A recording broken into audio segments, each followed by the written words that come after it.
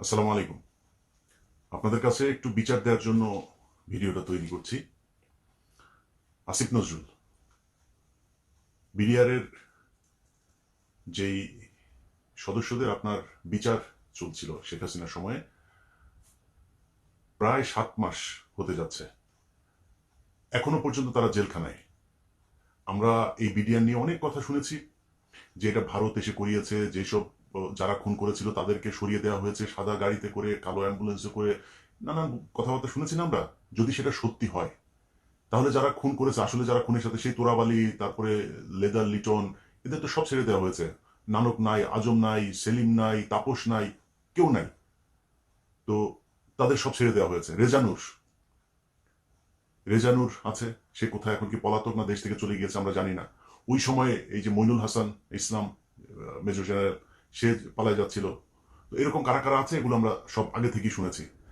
এবং যেই সৈনিকরা আসল সাক্ষী দিতে চেয়েছে তাদেরকে মেরে ফেলা হয়েছে, গুম করা হয়েছে, তাদেরকেই এই জেলখানায় নিয়ে বন্দি করা হয়েছে। যারা খুন করতে চেয়েছে, যারা খুনের সাথে জড়িত ছিল, তাদের তো সরকার বহু আগেই ভারত পাঠিয়েছে, মেরে ফেলেছে, পালিয়ে যেতে সুযোগ দিয়েছে। নানান এই ইতিহাস আমরা গত 15 বছর ধরেই শুনছি, এগুলো তো জানা, এটা নতুন করে উদ্ঘাটন করার কিছু তো নাই।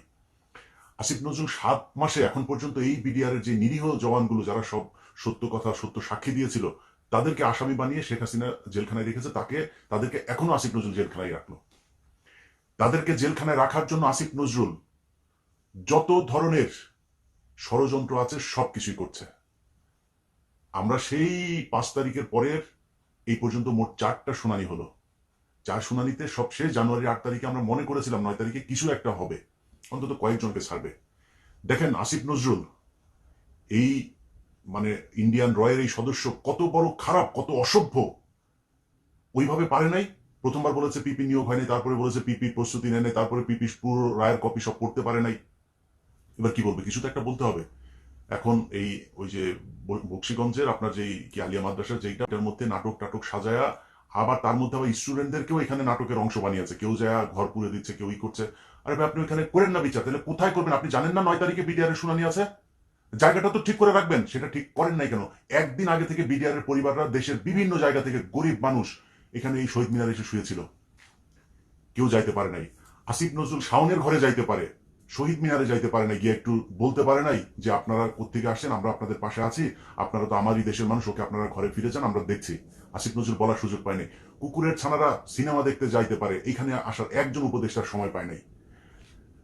এখন হাঙ্গামা যদি লাগাই দেই, এদের তো কষ্ট আছে তাই না? এদের পরিবারের লোকজন, কেউ মারা গিয়েছে, পঙ্গু হয়ে, বিডিআর এর লোকজনের বর্ণনা শুনি, পা নাড়াতে পারে না, পঙ্গু হয়ে গেছে, হাঁটতে পারে না। কন্ডেম সেলে যারা থাকে তাদের অবস্থা আরো ভয়ঙ্কর। তাইলে এখনো কারারক্ষী জেলখানার ভেতরে, এখনো পর্যন্ত আপনার এই আওয়ামী লীগের, ছাত্রলীগের এই নেত্রী টেত্রী, তারা এখন পর্যন্ত বিভিন্ন গুরুত্বপূর্ণ দায়িত্বে আছে। তারা হাসপাতালে, এই কারাগারের ভেতরে নানান ধরনের এই ইয়ে দিয়ে, আপনার কি বলে, আওয়ামী লীগের লোকজনকে সুবিধা দিয়ে, যারা শেখ হাসিনার সময় জেলখানায় গিয়েছে, এই কি বলে আইসিটি অ্যাক্টে যারা মামলাতে গিয়েছে,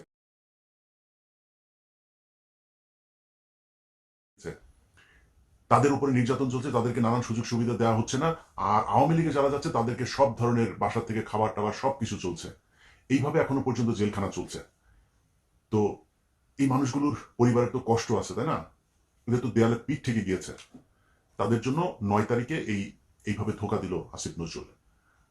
তো 9 তারিখে আপনি আলিয়া মাদ্রাসার এখানে করবেন না, বক্সিগঞ্জে করবেন না, কোথায় করবেন? কোন একটা জায়গায় আপনি আগে থেকে সেটা ঠিক করে রাখা উচিত ছিল, করেন নাই। পরশু দিনের ঘটনা বলি আপনাদেরকে। বিডিআর হত্যাকাণ্ড নিয়ে একটা কমিশন তৈরি করা হয়েছে না?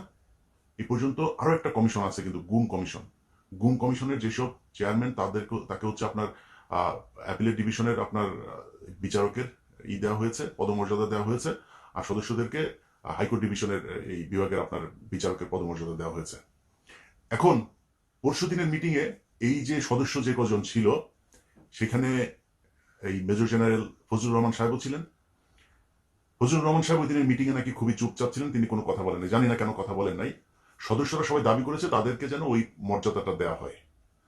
সেখানে বিশেষ করে স্বরাষ্ট্র সচিব, আরো কয়েকজন আমলা ছিল, তারা তাদেরকে বলেছেন যে না, আপনাদের এত পদমর্যাদা লাগবে কেন, আপনারা কাজ শুরু করেন। পদমর্যাদা এই জন্যই লাগবে, তারা চাইলেই একজনের বিরুদ্ধে সমন জারি করতে পারবে, তারা চাইলে একজনকে জিজ্ঞাসাবাদ করতে, চাইলে একজনকে আটক করার এই আদেশ দিতে পারবে। এই জন্য লাগবে, তাদের গাড়ি থাকবে, তাদের সিকিউরিটি থাকবে, তাদের সাথে গানম্যান থাকবে, এই জন্য তাদেরকে ওই পদমর্যাদা দিতে হবে। এটা দিতে চাচ্ছে না। আপনাদের নিশ্চয়ই মনে আছে এই বিডিআর হত্যাকাণ্ড নিয়ে কমিশনই করতে চাচ্ছিল না। এখন কমিশন করে নানানভাবে এটার মধ্যে একটা বাধা সৃষ্টি করে কোনোভাবে যাতে এটাকে ঠেকানো যায়। এখানে তো 1-2 টাকার খেলা না, তো পুরো দেশ, ইন্ডিয়া একদম রাষ্ট্রীয়ভাবে এটার বিরুদ্ধে। আর আসিফ নজরুল কাদের প্রোডাক্ট, সে প্রথম আলো ডেইলি স্টার, সেগুলো তো আমরা সবাই জানি। এগুলো এখন করা হচ্ছে নানানভাবে, বিডিআর এর সাংবাদিক বিভিন্ন মিডিয়ার মাধ্যমে এই বিডিআর হত্যাকাণ্ড নিয়ে একটা ধূম্রজাল তৈরি করার পায়তারা করা হচ্ছে। তো এইভাবে আসিফ নজরুল আপনি তো বাঁচাইতে পারবেন না। বিডিআর এর হত্যাকাণ্ড নিয়ে যত অডিও রেকর্ড, যত কাগজপত্র, যত ফাইল যা যা আছে, কমিশনের কাছে যা নেই ওইটা আমার কাছে আছে। এখান থেকে বাঁচতে পারবেন না। আমি কাজ করছি, দিন রাত খাটছি বিডিআর এর এই ফাইল নিয়ে। এক এক ফোন রেকর্ড, সেই 25 তারিখের, 26 তারিখের, 27 তারিখের এক এক ফোন রেকর্ড 1.5 ঘন্টা 2 ঘন্টা করে শুনছি, সারা দিন রাত এগুলো শুনছি, শুনে শুনে লিখছি। আমি তো ফাঁক ফুকর রাখবো না। এমন এক জিনিস বানায় দিব, এই কমিশন শুধু আমার ওই অনুসন্ধান দেখা যদি নাকি রায় দিয়ে দেয়, না আর কিছু লাগবে না। আসিফ নজরুল আপনি যত টাকাই খান, যাই করেন, যেমনি চান, এটা বাঁচাইতে পারবেন না। আর যদি মনে করে থাকেন যা মনে চায় তাই করবেন, এই যে বাংলাদেশ ব্যাংকে এক রয়ের এক সদস্যকে আপনার বসানো হচ্ছে এখন সব জায়গাতে। আসিফ নজরুলের এই যে পিএস বলেছিলাম না, যে এবিএম খায়রুল হকের পিএস, মনে করেন যে সে জানে না বোধহয়, আমরা জানিয়ে দিয়েছিলাম তো না, সে ব্যক্তি এখনো তার পিএসই আছে, ওই সেই মহিলা সে ওইখানেই আছে। সচিব আইন মন্ত্রণালয় মানে পুরো চালাচ্ছে হচ্ছে আওয়ামী লীগের লোকজন।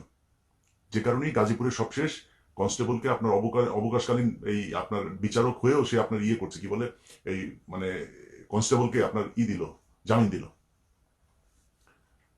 কেন জামিন দিল? কারণ যে নিজের দলের লোক, দাদাদের দেশ থেকে ফোন করা হয়, এটা করো, এটা করে দাও, তার ওএসডি করা হয়েছে। কেন ওএসডি করতে হবে কেন? এখন আবার আইন দেখাইতে পারে যে না, জজ সাহেবের চাইলে এই করা যায় না, ওই করা যায় না। এত আইন দেখায় তো আপনার ক্ষমতায় আসেন নাই, তাই না? আপনার কেউ জিজ্ঞেস করে নাই তো। ওরে বিচার করলে, ওরে গ্রেপ্তার করলে কেউ আপনাদের তো এসে জিজ্ঞেস করতো না যে ভাই এটা করলেন কেন, করেননি। যাই হোক, আসিফ নজরুল, প্রথম আলো, ডেইলি স্টাররা মিলে এই বিডিআর হত্যাকাণ্ড এটাকে ধামাচাপা দেওয়ার চেষ্টা চালিয়ে যাচ্ছে এখন পর্যন্ত। বিডিআর এর পরিবারগুলোকে নানাভাবে হুমকি দেওয়া হচ্ছে, ডিজিএফআই, এনএসআই থেকে। তাদের কিছু কিছু ডিজিএফআই, এনএসআই কর্মকর্তার ফোন রেকর্ডও তাদের কাছে আছে। তো এগুলো করে করে এই বিচারটাকে বন্ধ করার জন্য পায়তারা করা হচ্ছে। আসিফ নজরুল এবং আসিফ নজরুলের ছানাপোনা সবগুলাকে বলতে চাই, টাকা পয়সা কামায় তো ভোগ করবেন না, এই টাকা পয়সা তো বের হয়ে যাবে। অনেক আমাদের প্রিয় উপদেষ্টার বাবা পর্যন্ত গিয়া চাঁদাবাজি করছে, সেই ফোন রেকর্ডও আছে। বাপরে মাঠে নামিয়েছে চাঁদাবাজি টাকা কালেকশন করার জন্য। আবার এটার আবার একটা বৈধতা নিয়েছে, কিভাবে জানেন? ওনারা নাকি দল গঠন করবে, দলের জন্য টাকা লাগবে। আপনাদের অপমান করতে চাই না, নামগুলিও বললাম না, অডিও ছাড়ি না এখন পর্যন্ত।